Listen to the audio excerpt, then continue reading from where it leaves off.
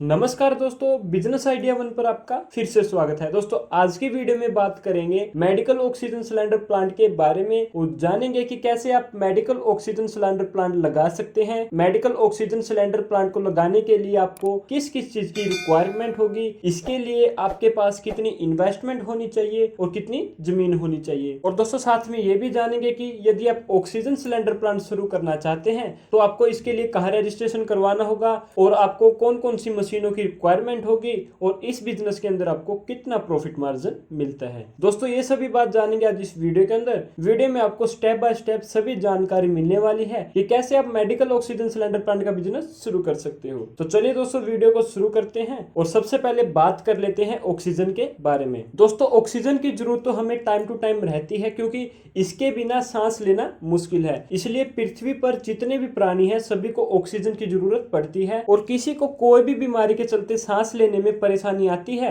तब उसे हॉस्पिटल में भर्ती किया जाता है और डॉक्टर सबसे पहले मरीज को ऑक्सीजन लगाते हैं। इसलिए हॉस्पिटलों में मेडिकल ऑक्सीजन सिलेंडर की आवश्यकता बहुत अधिक होती है और आज कोरोना महामारी देश के अंदर काफी ज्यादा फैली हुई है, जिससे हॉस्पिटल में ऑक्सीजन गैस सिलेंडर की डिमांड बढ़ती जा रही है क्योंकि कोरोना के मरीज को सबसे ज्यादा सांस लेने में ही प्रॉब्लम आती है। उन्हें हॉस्पिटल जाते ही ऑक्सीजन दी जाती है, तभी आज मेडिकल ऑक्सीजन सिलेंडर की डिमांड बढ़ चुकी है और सरकारों की भरपूर कोशिशों के बाद भी मेडिकल ऑक्सीजन सिलेंडर की आपूर्ति नहीं हो पा रही और ऑक्सीजन दूसरे देशों से मंगवाए जा रहे हैं। ऐसे में यदि कोई भी पर्सन अगर अपना छोटा सा बिजनेस शुरू करना चाहता है तो वह ऑक्सीजन प्लांट लगाकर अच्छी खासी कमाई इसके अंदर कर सकता है और ऑक्सीजन सिलेंडर हॉस्पिटलों को प्रोवाइड करवा सकता है। और दोस्तों सबसे पहले बात कर लेते हैं कि यदि आप मेडिकल ऑक्सीजन सिलेंडर प्लांट शुरू करना चाहते हैं तो आपको इसमें शुरू करने के लिए किस किस चीज की रिक्वायरमेंट होती है। तो दोस्तों आपको बता दें, इस बिजनेस को शुरू करने के लिए बहुत सी चीजों की जरूरत पड़ती है, लेकिन दोस्तों जो रिक्वायरमेंट होती है वो आपके बिजनेस के ऊपर डिपेंड करती है। क्योंकि ये बिजनेस अगर आप छोटे लेवल पर शुरू करते हैं तो आपको ज्यादा चीजों की जरूरत नहीं पड़ती है। अगर आप इस बिजनेस को बड़े लेवल पर शुरू करते हैं तो आपको बहुत सी चीजों की रिक्वायरमेंट होती है। जैसे दोस्तों इस बिजनेस को शुरू करने के लिए आपके पास प्रॉपर इन्वेस्टमेंट होनी चाहिए, प्रॉपर स्पेस होनी चाहिए, यानी आपके पास एक बिल्डिंग होनी चाहिए और उस बिल्डिंग में दोस्तों पानी और बिजली की सुविधा होनी चाहिए और आपके पास सभी इक्विपमेंट और सभी मशीनें होनी चाहिए और इसी के साथ दोस्तों आपके पास एक दो व्हीकल होना चाहिए और आपको 3 या 4 वर्कर हायर करने पड़ेंगे। यदि दोस्तों आपके पास ये सभी चीजें हैं तो आप आसानी से मेडिकल ऑक्सीजन सिलेंडर प्लांट शुरू कर सकते हैं और अपना एक अच्छा खासा बिजनेस शुरू करके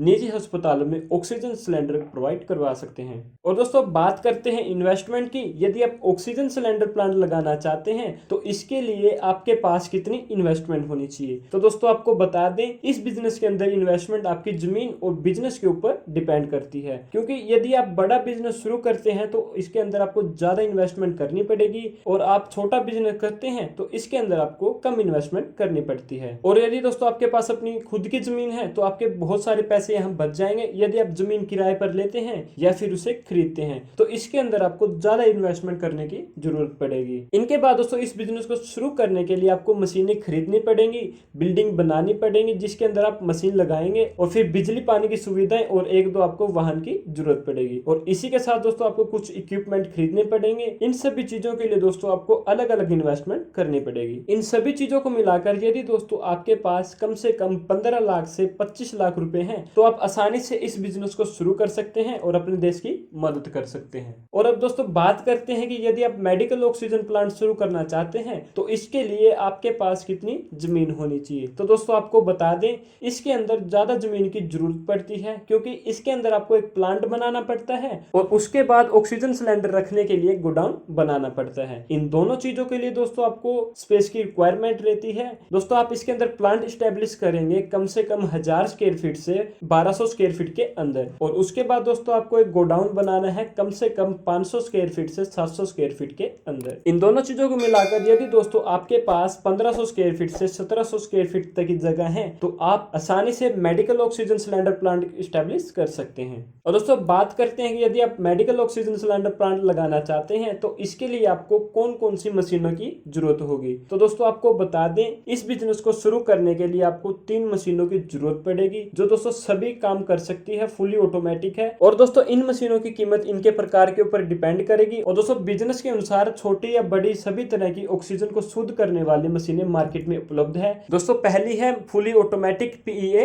मशीन, दूसरी है दोस्तों प्रेशर गेज और दोस्तों तीसरी है फ्लो मीटर। दोस्तों इन मशीनों की जरूरत पड़ेगी आपको मेडिकल ऑक्सीजन सिलेंडर प्लांट को शुरू करने के लिए। और इसी के साथ दोस्तों आपको कुछ इक्विपमेंट खरीदने पड़ेंगे, जैसे दोस्तों ऑक्सीजन मास्क और वेट के लिए इक्विपमेंट। और दोस्तों आप इन मशीनों को ऑनलाइन और ऑफलाइन दोनों तरीकों से खरीद सकते हैं। अगर दोस्तों आप इन मशीनों को ऑनलाइन परचेज करना चाहते हैं तो हमने नीचे डिस्क्रिप्शन में कंपनी का लिंक दिया हुआ है, आप वहां से जाकर ऑनलाइन मशीन को परचेज कर सकते हैं। दोस्तों आपको ये सभी मशीनें और इक्विपमेंट खरीदने पड़ेंगे मेडिकल ऑक्सीजन सिलेंडर प्लांट को शुरू करने के लिए। और दोस्तों बात करते हैं कि अगर आप मेडिकल ऑक्सीजन सिलेंडर प्लांट का बिजनेस शुरू करना चाहते हैं तो इसके लिए आपके पास कौन कौन से डॉक्यूमेंट होने चाहिए। तो दोस्तों आपको बता दें, कोई भी बिजनेस शुरू करते हैं तो कुछ पर्सनल डॉक्यूमेंट और कुछ प्रॉपर्टी के डॉक्यूमेंट और कुछ बिजनेस संबंधी लाइसेंस की जरूरत पड़ती है। जैसे दोस्तों पर्सनल डॉक्यूमेंट की बात करें तो आपके पास अपनी आईडी प्रूफ के तौर पर अपना Aadhaar card, PAN card, voter ID card होना चाहिए। और दोस्तों आपके पास अपना एड्रेस प्रूफ होना चाहिए।